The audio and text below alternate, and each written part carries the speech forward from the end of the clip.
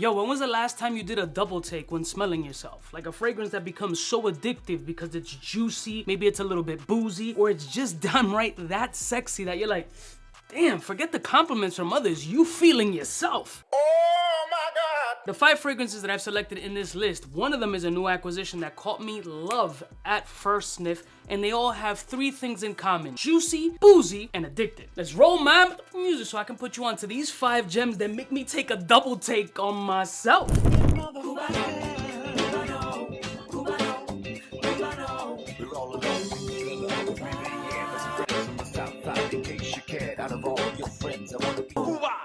Listen, morning, my beautiful peoples, you know who it is. It's your boy, C to the U to the B to the A. Some of these fragrances may be surprising, like one of them, which is a brand that, not that I dislike, because I don't dislike any of the fragrances from the brand, but I'm just kind of like not super blown away, except for one fragrance, and that's 𝗙𝗡𝐺𝐺's Mentor. It's a dark, plummy fragrance, and you know I love plum fragrances. Now, 𝗙𝗡𝐺𝐺 fragrances have a ton of hype lately, but this one is the only one that speaks to me and my DNA, because I'm a little bit burnt out. Like when I walk into my therapist's office, sometimes it smells like a bougie bakery that sell like secret love potions. I have a special kind of therapist. This fragrance is smooth, smoky, comforting, and very addicting. A fragrance that has like limoncello vibes with a little bit of a salted caramel energy and this dark, juicy, very ripe, plummy DNA. Also having these dark nuances that scream fall, but I can absolutely pull them off now and have. This shit just hits different off the skin. Something about this fragrance smells like a grown-ass man having blueberry pancakes at 1:30 in the afternoon. There's also a little bit of an undertone coffee-ish kind of vibe in here, almost latte-ish, like Arabica bean coffee, and absolutely delicious. So it's a little bit of a coffee essence, some ambery flows, a vanillic touch, a little bit of a juicy, ripe, plummy action. Absolutely addicting as shit, and does feel a little bit like apple brandy-ish, cognac-ish kind of flow in the background. Absolutely gorgerific fragrance that is super addicting with a solid amount of performance. Now you can now get this on the gray market as opposed to paying these $550 retail prices. So 𝗙𝗡𝐺𝐺's Mentor for me is the 𝗙𝗡𝐺𝐺 that makes me go crazy. Next one. The next one is a designer fragrance that does lean a little bit feminine to most people, but I think Gucci killed it with Osmanthus Nectar. Huh?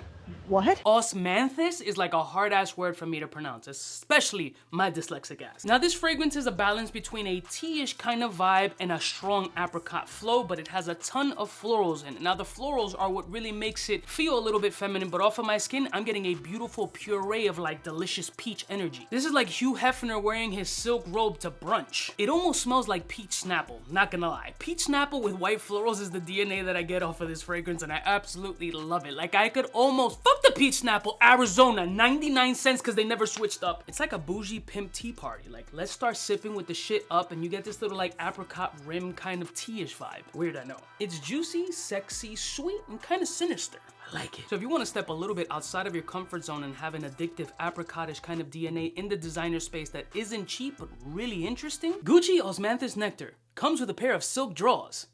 I'm kidding, I would never wear those. Or am I wearing them now? Next one. This one is a new acquisition in my collection, and this is a mango done different from every other mango in the space. Electimus dropped a bomb with Astrum Nova. New in the stash, and I've worn this at least 4 times. This is a beautiful mango. Gorgeous mango. Like, I'm just sucking the nip. I ripped it, and I just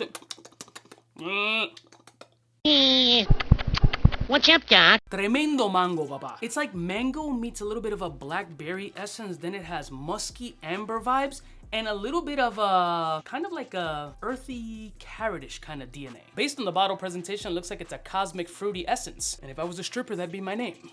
In this fragrance, the mango hits sweet, but a little green. The oud hits bold, but not stinky. And the vanilla is giving a, come over here, let me whisper a little something inappropriate in your ear and put your phone number in there. Fuck your IG. This shit is ridiculous, bro. It almost smells a little bit like Halloween candy exploded. I don't know what that reference is like, but it's just fucking delicious. And for a sweet fragrance that is a little bit on the fresher side, but with bold nuances, really solid performance. This is a banger, dude. They done fucked up the game with this fragrance. If you haven't tried a sample, I highly encourage you to, because this is becoming a bit of a problem. Oh my God, this fragrance blew my sack back the moment I smelled it. Scents of wood, apricot, and cognac. Crazy work What? Now that I'm noticing it, I put 2 apricot-ish fragrances in this shit. Is apricot the new mango in fragrance? At least for me, that shit just hits absolutely different. But this is a boozy apricot. This is apricot dipped in bourbon. This is fermented apricot. Let's get twisted eating fruit because it's healthy. This is like your drunk uncle who still spits game and women find him super charismatic, aka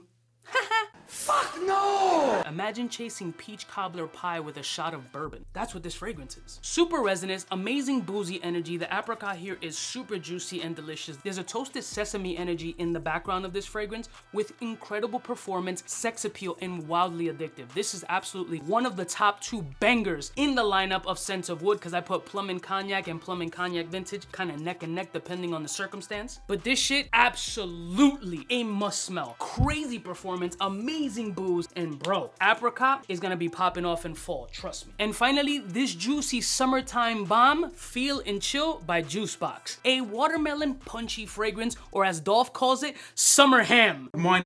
You cannot do that. That's not okay. Mad racist. He calls watermelon summer ham is wild. Imagine face fucking half a watermelon and then dousing yourself in coconut water. That's the element that you get in this fragrance. It is summertime in a bottle, but still has a little bit of body and really solid performance for a freshy aquatic. I feel like this is a fragrance of people who go to retire to the Bahamas and want to do absolutely nothing. Use the little bit of pension that they have to live in a wood shanty in a hammock with a 29-year-old girlfriend, sleeping in hammocks and shit, don't care about no fucking clothing, eating ripe fruit all day and banging until you randomly wake up with an iguana up your asshole. I don't know, shit happens in the tropics. Jesus Christ. The watermelon juiciness, that beautiful aquatic energy that screams summertime vacation, and it has a little bit of a figgish kind of dirt in the background, kind of straying away from your traditional freshy blue aquatic-y designer bullshit. This fragrance has all the wearability. You will get a ton of compliments from this fragrance, and nobody's ever gonna be like, ugh, that's kind of off-putting. Nothing off-putting about this scent. I think it's wildly underrated. Some people may find it a little bit expensive because of the DNA, probably because they haven't truly tried it out and let it marinate on their skin. This joint, for a watermelon fragrance, gotta be up there with like top 5, at least for me. Addictive, juicy, and sexy, which is what the freaking video is about. These 5 fragrances all have those 3 things in common. There's a little bit of a juicy factor. I guess apricot is the new mango because I subliminally find myself putting these fragrances in these lists,